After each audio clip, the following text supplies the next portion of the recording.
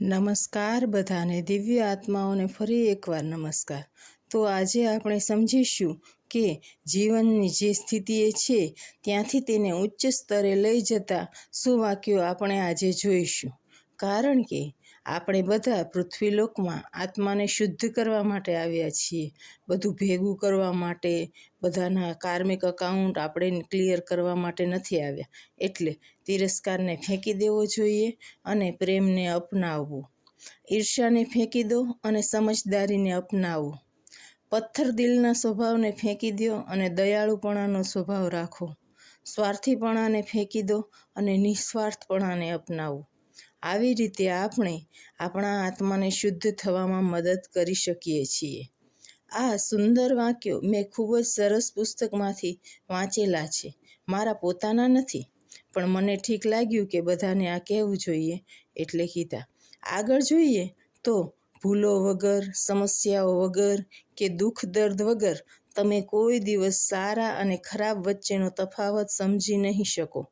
અને જીવનમાં સુખની બીજી બાજુ દુઃખ હોય જ તે, એટલે એ રોવાનું મૂકી દેવું જોઈએ કે મારે દુઃખ છે, એની સાથે સુખ પણ છે। આપણે તો કહેતા નથી, પણ મહાભારતનું એક પાત્ર કુંતી માતા, જેને બધા ઓળખતા જ હશે, એ કુંતી માતા તો પોતે જીવ્યા ત્યાં સુધી ભગવાનને આ જ પ્રાર્થના કરતા કે હે ભગવાન, મને તું દુઃખ આપજે, કારણ કે દુઃખ હશે તો હું તને યાદ કરીશ, સુખ હશે તો તને યાદ કરવામાં નહીં રહું અને સુખ માણવામાં રહીશ। આવા ઉચ્ચ વિચારો ધરાવતા હતા। પણ આપણે પણ આપણા જીવનને ઉચ્ચ સ્તરે લઈ જવા માટે થોડીક સમસ્યાઓને પણ સ્વીકારવી પડશે। ઉદાહરણ તરીકે, જો તમે કોઈ ભૂલ કરો અને પછી તમને ખબર પડે કે તમે ખોટું કર્યું છે, તમારે તેને સુધારી લેવું જોઈએ। તમને પૃથ્વીલોક ઉપર અનુભવ મેળવવા, કેળવણી લેવા અને તમારા આત્માને શુદ્ધ કરવા મોકલવામાં આવ્યા છે। એટલે જ સાચા અને સારા માણસોના જીવનમાં મુશ્કેલીઓ, સમસ્યાઓ અને અન્યાયનો સામનો કરવો જ પડે છે। એ નક્કી જ છે કે તમે સાંભળ્યું છે કે ખૂબ સારા માણસો થઈ ગયા પણ એને જીવનમાં એટલી મુશ્કેલી, એટલું દુઃખ વેઠવું, એ તમે સાંભળ્યું જ હશે। તમે કોઈ દિવસ અનુભવ્યું છે કે પ્રભુ પરમાત્મા ક્યારેય અન્યાય કરતા નથી અને તેઓ કોઈને અન્યાય કરશે નહીં। જો તમે ખરેખર નિર્દોષ હશો, તમારી પાસે કોઈ પુરાવા હોય કે ન હોય, એ તમને નિર્દોષ સાબિત કરશે જ। જો તમે પ્રભુ પરમાત્માના પવિત્ર પથ પર ચાલતા હો તો કદાચ તે તરત જ ન હોય, તેને કદાચ મહિનાઓ, વર્ષો કે દાયકાઓ લાગી જાય, પરંતુ તે જરૂર તમારી રક્ષા કરશે। આ તો મેં પોતે પણ અનુભવ્યું છે। અમુક બાબતમાં મને પોતાને પણ એમ હતું કે નહીં, આપણી સાથે કોઈ છે નહીં, કુદરત જોતો નથી। અમુક સમયે તો એવું લાગે કુદરત હશે નહીં, પણ ખરા સમયે સાબિતી દઈને જ રહે છે।